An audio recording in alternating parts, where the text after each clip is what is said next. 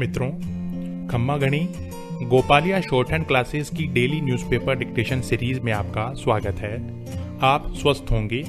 यह डिक्टेशन राजस्थान पत्रिका के राहत और आशंकाएं संपादकीय शीर्षक से लिया गया है।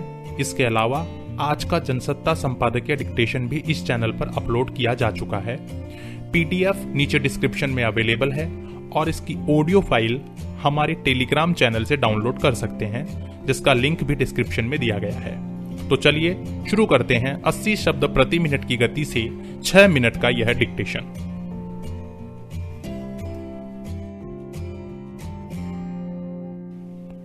स्टार्ट। कोविड-19 महामारी के आर्थिक प्रभावों से निपटने के लिए केंद्र सरकार द्वारा तय की गई राहत रकम 20 लाख करोड़ में किसे क्या मिलेगा, इसका खुलासा वित्त मंत्री निर्मला सीतारमण पिछले 2 दिनों से कर रही है। वित्त मंत्री ने बुधवार को कुटीर, लघु और मंझले उद्योगों को राहत देने के लिए 16 तरह की घोषणाएं की थी।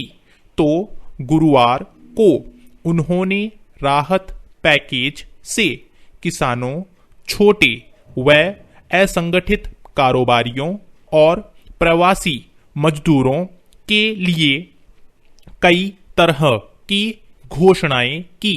कुल राहत पैकेज का 10% हिस्सा किसानों के कल्याण के लिए निर्धारित करना और 30,000 करोड़ रुपए का अतिरिक्त आपातकालीन कोष बनाना बताता है कि सरकार की चिंताओं में किसानों की समस्या प्रमुख रूप से है। हाल के सप्ताहों में प्रवासी श्रमिकों की बदहाली से संबंधित रोंगटे खड़े कर देने वाली तस्वीरों के सामने आने के बाद जैसी उम्मीद थी, सरकार ने उनकी भी सुध ली है। इन्हें 2 महीनों तक निःशुल्क राशन दिया जाएगा। जिन श्रमिकों के पास राशन कार्ड नहीं है, उन्हें भी निःशुल्क राशन मिलेगा। वित्त मंत्री का तो यह भी दावा है कि 13 मई तक 14.62 करोड़ श्रमिक दिवस का सृजन करके सरकार ने जरूरतमंदों को काम दिया है। काम छूटने के बाद घर लौटे श्रमिकों को इसका लाभ मिला है। इसीलिए पिछले मई के मुकाबले इस बार 40-50% ज्यादा मजदूरों के पंजीकरण हुए। पैरा। ये राहत घोषणाएं कुछ आशंकाओं के साथ पहली नजर में आकर्षक लग रही है। ऐसे किसी भी पैकेज का जरूरतमंदों तक तुरंत पहुंचना भी उतना ही जरूरी है। सरकार ने सीधे तौर पर धन देने के बदले बैंकों और अन्य नियामक संस्थाओं का रास्ता अपनाया है। यह रास्ता पहले से ही भ्रष्टाचार और लाल फीताशाही के कारण बदनाम रहा है। पहली आशंका तो सरकारी तंत्र की कार्यप्रणाली को लेकर ही है, क्योंकि जिन्हें सहायता दी जानी है वे निहायत ही कमजोर और हर तरह से मजबूर हैं। हमारा तंत्र ताकतवरों को तरजीह देने वाला है। यह उम्मीद करना नादानी होगी कि राहत पैकेज का बंदरबाट नहीं होगा।